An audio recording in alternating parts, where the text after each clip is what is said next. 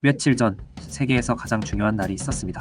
11월 5일 화요일 바로 미국 대선이 치러졌고 공화당 대선 후보인 도널드 트럼프 전 대통령이 재당선되었습니다. 트럼프 대통령은 금리 인하 정책을 선호하는데요. 그렇다면 여기서 금리란 무엇이고 금리 인하는 우리 경제에 어떤 변화를 가져올 수 있을까요?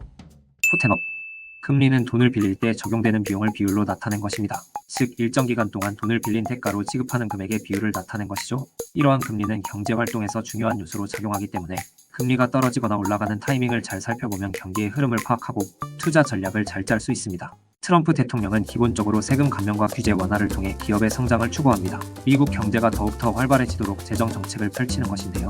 그래서 금리 인하를 선호하곤 했습니다. 저금리 정책은 대출이 활발해지고 시중에 돈이 많이 돌면서 경제활동을 촉진합니다.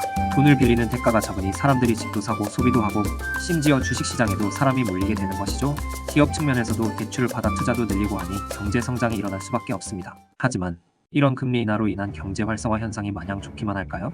꼭 내가 돈이 많은 것처럼 흥청망청 소비를 유도하는 이 시점은 겉보기에는 경제 호황처럼 느껴질 수 있지만 사실 핏 좋은 개살구에 불과합니다. 금리 인하로 인해 통화량이 증가하며 물가 상승을 일으키는데 이것이 바로 우리가 아는 인플레이션입니다. 시중에 돈이 많아지면서 사람들은 더 많은 상품과 서비스를 소비하기 시작하고 수요가 공급을 초과하면서 물건의 평균 가격은 오르게 되죠.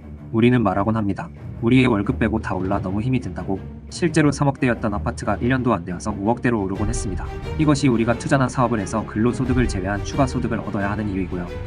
이렇게 물가 상승으로 인해 기업과 가게는 부채에 대한 부담이 증가하게 되고 가계의 소비와 기업의 생산 투자가 축소되면서 경제활동이 침체하는데 이를 디플레이션이라고 합니다. 다수의 사람과 기업이 이자에 허덕이고 연달아 파산하며 일어나는 현상이죠. 이는 마치 풍선이 계속해서 팽창하다 터지는 것과 같습니다. 그런데 사실 이러한 현상은 우리 개개인이 아닌 자본주의 시스템 자체의 한계라는 것을 알고 계셨나요? 여기서 돈의 근원, 돈이 만들어지는 원리를 아는 것이 중요합니다. 사실 자본주의는 우리 중 누군가는 이자를 지불할 수 없게 설계되어 있습니다. 먼저 돈이 만들어지는 원리는 이렇습니다. 제가 은행에 100만 원을 예금했다고 가정해 보겠습니다. 이 경우 은행은 10만 원만 남겨두고 나머지 90만 원을 다른 사람에게 대출해 줄 수 있습니다. 하지만 제 통장에는 여전히 100만 원이 찍혀 있죠.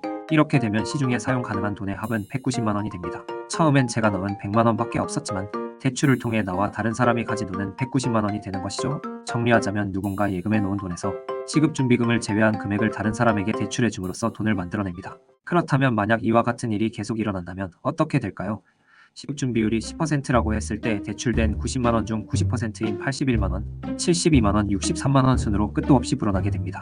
만약 억 단위, 조 단위로 시작했다면 시중의 돈은 정말 무한대로 커질 수밖에 없겠죠?